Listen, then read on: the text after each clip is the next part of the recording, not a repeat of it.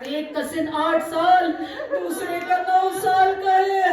دونوں بچے جب گھوڑے پر سوار ہوئے نا تو ایک دوسرے کو کیا کہتے ہیں؟ اے بھیا آج ایسی جنگ کرتے ہیں اشقیاء کو پتہ چل جائے کہ آج میدان میں کون آیا ہے. ارے ایسی جنگ کی کبھی میمنہ پر حملہ کیا, کبھی میسرہ پر حملہ کیا, کل میں لشکر پر حملہ کیا. لڑتے لڑتے فرات پر پہنچ گئے. ادھر ایک شور اٹھا, زینب کے بچوں نے فرات پر قبضہ کر لیا. زینب نے مسلح بچھا لیا. اے بیویوں ایک دعا کرتی ہوں, تم سب آمین کہنا, دعا کرو. زینب کے بچے چھوٹے چھوٹے فرات تک پہنچ گئے. پانی کو دیکھ کر, ترائی کو دیکھ کر کہیں پانی نہ پی لے, مل کر حملہ ہوا. آخر وہ وقت بھی آیا, زینب کے بچوں کی آواز آئی, ماموں ہماری مدد کو پہنچیے, ماموں ہم گھوڑے سے گرے. ادھر سے عباس چلے, ادھر سے حسین چلے, دونوں بچوں کے پاس پہنچے. دونوں بچوں میں ابھی جان باقی ہے. اجرکم عند اللہ, اجرکم عند اللہ. دونوں بچوں میں جان باقی ہے. بچوں نے کیا کیا؟ اپنے ہاتھوں کو حسین کے سر پر رکھا. اے ماموں گواہ رہنا, ہم فرات تک پہنچے تھے لیکن ماں کو بتا دینا ہم نے پانی نہیں پیا, ہم پیاسے دنیا سے جا رہے ہیں. ارے اونو محمد کو اتنا کیوں رویا جاتا ہے؟ اس لیے کہ ہر شہید پر زینب روئی ہے, اونو محمد پر زینب نے گریہ نہیں کیا. آ گئی 11 محرم, زینب کے ہاتھوں میں رسیاں, محملوں میں جب بٹھایا گیا, ننگے اونٹ پر بٹھایا گیا, ایک مرتبہ مقتل سے گزارا گیا. اب جب زینب نے بھائی کی برہنہ لاش کو دیکھا, بی بی نے بدے ہاتھوں کے ساتھ اپنے آپ کو اونٹ سے گرا دیا. ارے جو زینب نے گرایا, لیلا نے گرایا, رباب نے اپنے آپ کو گرایا, ام کلثوم نے گرایا. اور جب عباس کے مسائل پڑھتے ہیں تو ایک مصیبت کا جملہ پڑھتے ہیں کہ عباس پہنچی ہے کہ جب گھوڑے سے زمین پر آئے تھے, ہاتھ نہیں تھے, سہارا کیسے بنتے. لیکن سوچئے کربلا سے کوفہ, کوفہ سے شام تک زینب کتنی مرتبہ عباس بنی ہے, کتنی مرتبہ بدے ہاتھوں سے اپنے آپ کو اونٹ سے گراتی رہی ہے. بی بی نے اس وقت کیا کیا؟ بی بی نے کیا کیا؟ کہیں پر نہیں گئی ہے, حسین کی لاش پر گئی جو پتھروں کا ڈھیر ہے. بی بی نے کیا کیا؟ کوہنیوں سے ان پتھروں کو ہٹانا شروع کیا. جب لاش برادر نظر آئی, بی بی نے جملہ کہا, آنت اخی حسین, کیا تو ہی میرا بھائی حسین ہے جسے ماں نے چکیاں پیس پیس کر مالا ہے. زینب اکبر کی لاش پر تو گئی لیکن آنا محمد پر, ان کی لاشوں پر نہیں گئی. ایک مرتبہ جب دوبارہ اونٹ پر سوار ہوئی نا, بی بی نے نہایت دھیمے لہجے سے کیا کہا, آنا محمد خدا حافظ, ماں کربلا سے جا رہی ہے, ماں کربلا سے جا رہی ہے. کوفہ کی منزل گزر گئی, شام کی منزل گزر گئی, سرائے شہداء کو لایا گیا. جو شخص سر لایا وہ خود بیان کرتا ہے, میں ایک ایک کا سر لاتا تھا, بیویاں اٹھ کر استقبال کرتی تھی. عباس کا سر آیا, بیویوں نے اٹھ کر استقبال کیا. اکبر کا سر آیا, بیویوں نے اٹھ کر استقبال کیا. ارے حسین کا سر